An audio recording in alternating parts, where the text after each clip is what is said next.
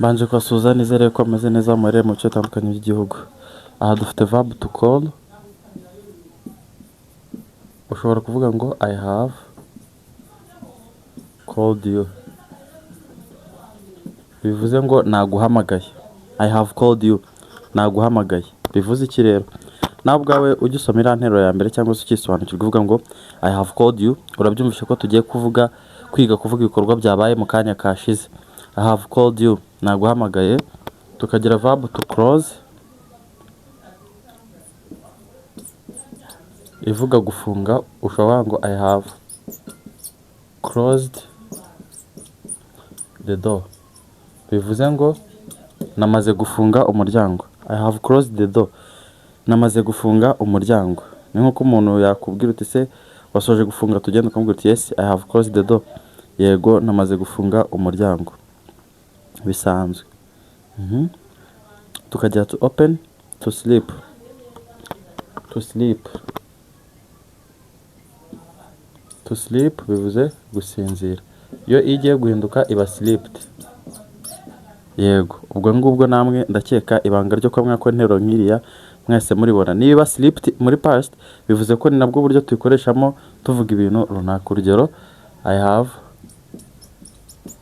have slept early. Naryamye kare rwose. Early, reka ijambo early turishyira ngaha ndabona urumuri rurikingirije. Early, I have slept early.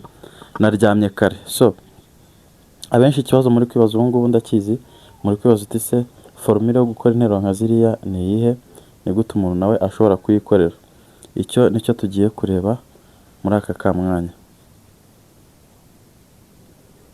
Nkuko mubizi rero n'ubundi mu rurimi rwacu rw'Icyongereza tugira I, tukagira you, tukagira he, tukagira she, tukagira it, tukagira we, tukagira they.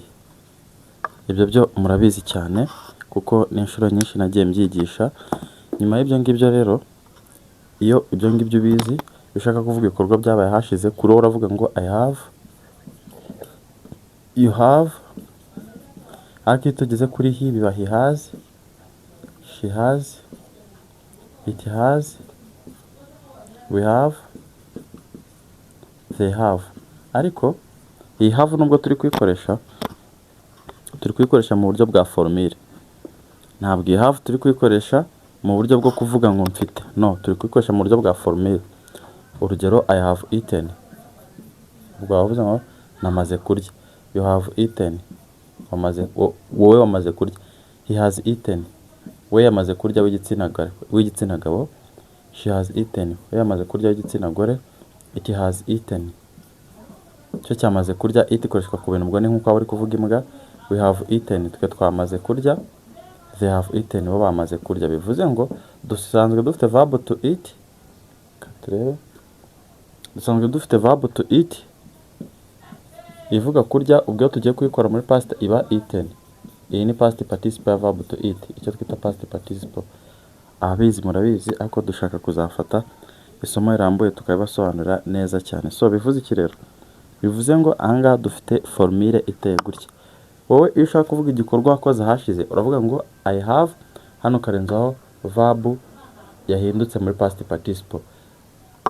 Urugero twarutangiranye, mwabonye urugero twatangiranye. So I have eaten, njye namaze kurya. You have eaten, wowe wamaze kurya. He has eaten, we yamaze kurya w'igitsina gabo. She has eaten, we yamaze kurya w'igitsina gore. It has eaten, cyo cyamaze kurya. We have eaten, twe twamaze kurya. They have eaten, bo bamaze kurya. So mugiye kunyemera no tugenda tureba ingero kugira ngo tuze kurushaho kugenda tubisobanukirwa cyane. Urugero rwa mbere tuza kubonaho to cook.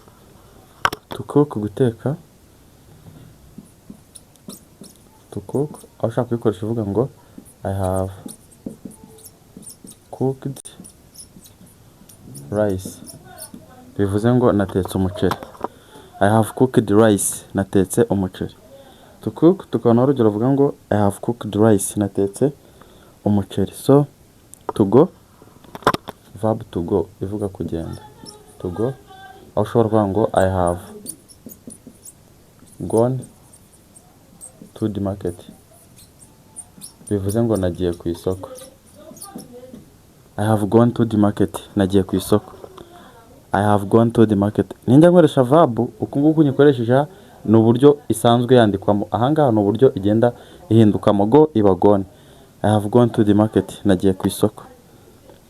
Tukagira to come. Nk'iyi to come ntabwo ihinduka. I have come earlier, naje kare. I have come earlier, naje kare bisanzwe. I have come earlier. Tukagira to take bivuze gufata cyangwa se kujyana. To take gufata cyangwa se kujyana. Aho ushaka ngo I have kadukoresha ndi they have taken all money. Bajyanye amafaranga yose. They have taken all money. They have ntabwo muri kwibona. They have taken all money. Bajyanye amafaranga yose. So noneho reka mvugane nawe ushaka kugura igitabo cyagufasha kumenya kuvuga Icyongereza, dore ko icyo gitabo kirimo ibibazo 200 byifashishwa mu buzima bwa buri munsi, hakaba harimo uburyo bisubiza ameza ndetse n'akana. Icyo ngicyo kigura 6, wishyura kikugezeho. Tukakugirira n'ikindi gitabo nacyo kikwigisha gusoma Icyongereza, cyo kigura 10,000. Ni kinini cyane kuko kirimo ubusobanuro mu Kinyarwanda, ibibazo mu Cyongereza n'ibisubizo byabyo, yewe n'uburyo bisomwa. Niba urugero ahantu handitse ngo wenda tuvuga hano handitse morning, urugero urabona iyi morning yanditse mu Cyongereza, twe tubyandika mu Kinyarwanda gutya morning, ku buryo n'umuntu utabizi amenya guhita bisoma. Icyo kigura 10,000. Hanyuma tukabagira n'amaverb arenga 500 akunze gukoreshwa mu buzima busanzwe bwa buri munsi bw'Ikinyarwanda, ari kugura 2 kuri WhatsApp. Yes, ibyo byose uramutse ushaka wabona kuri nimero 077294012229. Iriya niyo nimero watubonaho, ibyo byose tukabikoherereza bisanzwe, nta kintu kirimo kigoye. So mutwandikire kwa mu bishaka bibagereho. Rice bivuze ngo natetse umuceri. I have cooked rice, natetse umuceri. To cook tukabona urugero ruvuga ngo I have cooked rice, natetse umuceri. So to go, verb to go ivuga kugenda. To go, aho ushobora kuvuga ngo I have gone to the market bivuze ngo nagiye ku isoko. I have gone to the market, nagiye ku isoko.